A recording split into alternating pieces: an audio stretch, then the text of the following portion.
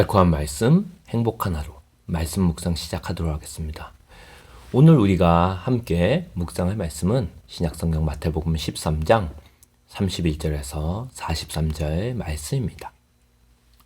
또 비유를 들어 이르시되 천국은 마치 사람이 자기 밭에 갖다 심은 겨자씨 하늘 같으니 이는 모든 씨보다 작은 것이로되 자란 후에는 풀보다 커서 나무가 되매 공중의 새들이 와서 그 가지에 깃들이느니라.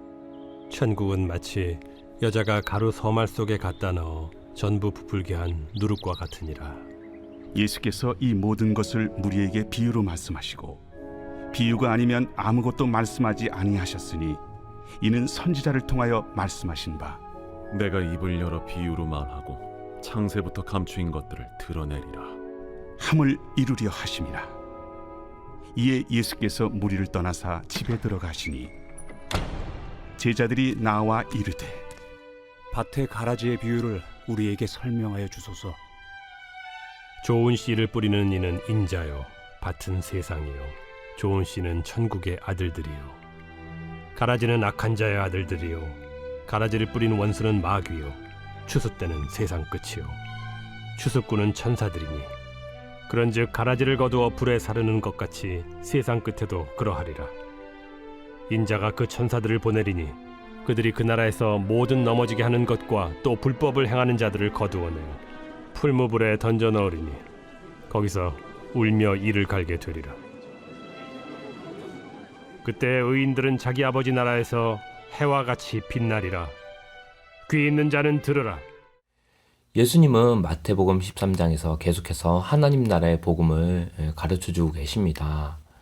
그래서 이 복음을 전하실 때 예수님은 어디든지 가셔서 말씀을 들려주시죠. 귀 있는 자마다 듣고 하나님 나라에 들어갈 믿음을 얻게 하시기 위해서입니다. 그곳이 광야든지 길이든지 집이든지 산이든지 바닷가든지 상관없이 하나님의 백성들에게 필요한 곳이라면 어디든지 가서 복음을 전해주시는 게 예수님의 마음이죠.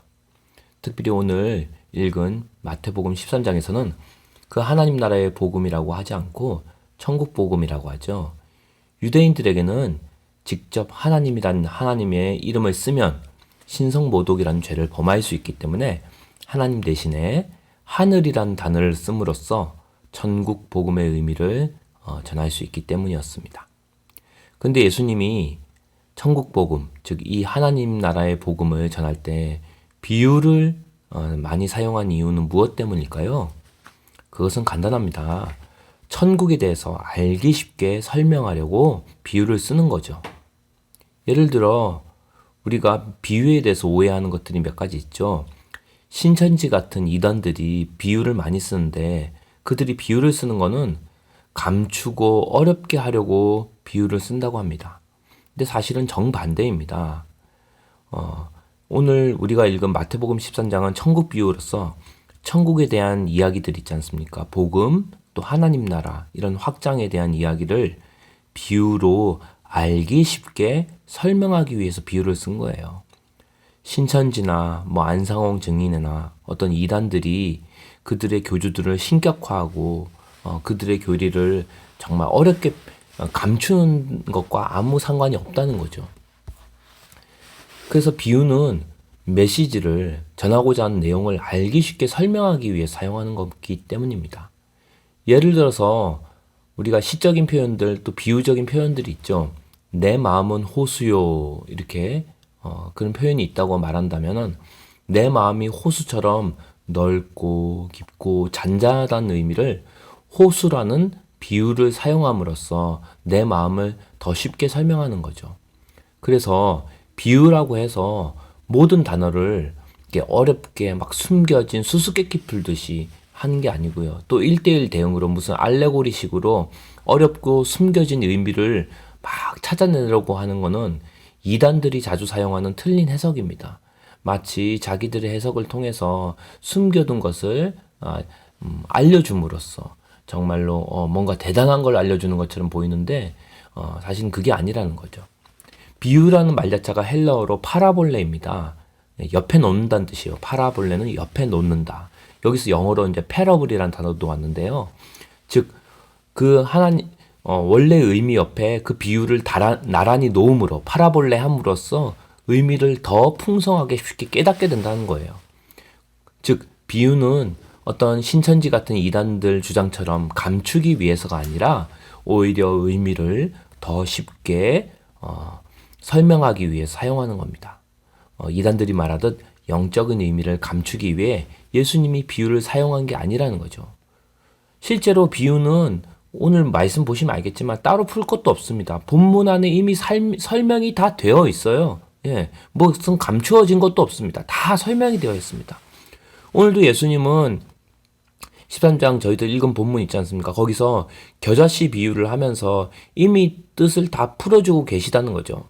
그래서 천국은 밭에 뿌리는 씨와 같다. 또 천국은 겨자씨 하나과 같다는 거예요. 근데 그 작은 겨자씨 하나를 심었는데 나중에는 큰 나무가 되어서 공중의 새들이 그 가지에 깃들인다는 거예요. 또 천국은 여자가 가루 서말 속에 넣은 부풀게 한 누룩과 같다고 말하고 있습니다. 근데 이거는 하나도 어려운 게 아닙니다. 복잡한 게 하나도 없어요. 겨자씨든 누룩이든 공통점은 겉으로 보기에는 잘 보이지 않는다는 거죠. 하지만 나중에는 점점 더 어떻게 됩니까? 커진다는 것을 오늘 말씀을 통해서 확인이 됩니다. 예.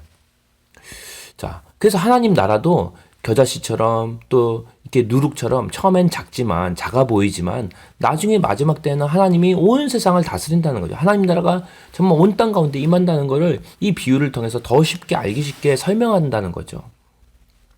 그리고 37절에서 42절 말씀 보면 씨 뿌리는 사람의 비유에 대해서도 씨 뿌리는 비유에 대해서도 다 예수님은 다 설명해 주고 있어요. 뭐 감추지 않습니다. 좋은 씨를 뿌리는 분은 누굽니까? 예수님이죠. 이거 밭은 세상이고요. 좋은 씨는 천국의 아들들이고 가라지는 악한 자의 아들들. 가라지를 뿌리는 원수는 마귀고 추수 때는 세상이 끝이고 추수꾼은 천사들이라고 예수님이 다 설명을 다 해놨어요. 뭐 어려운 게 하나도 없습니다. 결국 이 이야기의 핵심은 씨 뿌리는 사람의 비유는 결국 예수님이 마지막 때 천사들을 보내서 이 세상을 심판하신다는 거예요. 그런데 그때 그 복음을 듣고 하나님 말씀을 듣고 정말 예수 믿은 하나님의 자녀들은 구원하고 믿지 않는 그 마귀의 자녀들은 심판한다는 거예요. 하나도 어려울 게 없습니다. 오히려 비유를 통해서 더 그때 그 당시 사람들이 이 씨 뿌리는 비유가 모든 사람들은 그 배경 상황을 다 알고 있기 때문에 비유를 통해 더 쉽게 설명한 겁니다. 즉 예수님이 이런 비유를 특히 씨 뿌리는 비유를 쓰신 이유는 지금은 우리 눈으로 볼 때 믿는 그리스도인들이 믿는 신자들이 불신자들과 구분하기 어려운 모습으로 그냥 섞여 살고 있는 것처럼 이 세상에 함께 살고 있는 것처럼 보이지만 결국 마지막 심판할 때 하나님께서 분명하게 자기의 백성과 악인의 자녀들을 구분하신다는 거예요. 그리고 하나님을 대적하는 마귀와 그를 따르는 불신자들을 불에 던져넣듯이 그들의 모든 행위대로 반드시 심판하실 것을 이 비유를 통해서 강조하기 위해서 말하신 거라는 거죠. 그리고 겨자씨 비유, 누룩 비유도 마찬가지고요. 예, 작아 보이는 하나님 나라. 예, 그것이 결국은 나중에 얼마나 위대하게 될 것인지, 크게 드러나게 될 것인지 기대하라는 겁니다. 실제 우리 주님 나라의 복음이 전파된 그 초대교회부터 지금까지 역사를 봐도 그렇죠. 세상을 바꾸기에 매우 하찮아 보이던 그 예수님의 12제자들, 그리고 주님의 그 참 연약한 교회였지만 결국 그들을 통해 뿌려진 복음의 씨앗이 유대와 사마리아를 바꿨고요. 전 세계까지 퍼져나갔습니다. 이는 복음과 하나님 나라의 양적인 성장뿐만 아니라 세상을 변화시키는 하나님 나라의 영향력도 포함되어 있는 거예요. 복음이 전파된 곳, 복음이 전파된 민족이나 나라를 보십시오. 또 우리나라를 보십시오. 그곳에 영혼들이 살아나고 문화가 바뀌고 세상이 바뀌는 것을 볼 수 있습니다. 바라기는 오늘 우리 교회와 내 삶에서 하나님 나라는 어떻게 성장해 가고 있는지를 보기를 원합니다. 예.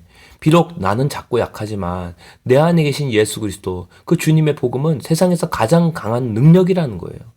바라기는 예수 믿는 우리 그리스도인들의 정말 그늘 속에 지친 영혼들이 와서 쉼을 얻고 정말 풍성한 생명을 공급받을 수 있을 만큼 우리가 하나님 나라의 그 정말 풍성함으로 생명력으로 성장해 갈 수 있도록 우리 함께 오늘 말씀 붙들고 함께 기도하는 시간 가지기를 원합니다.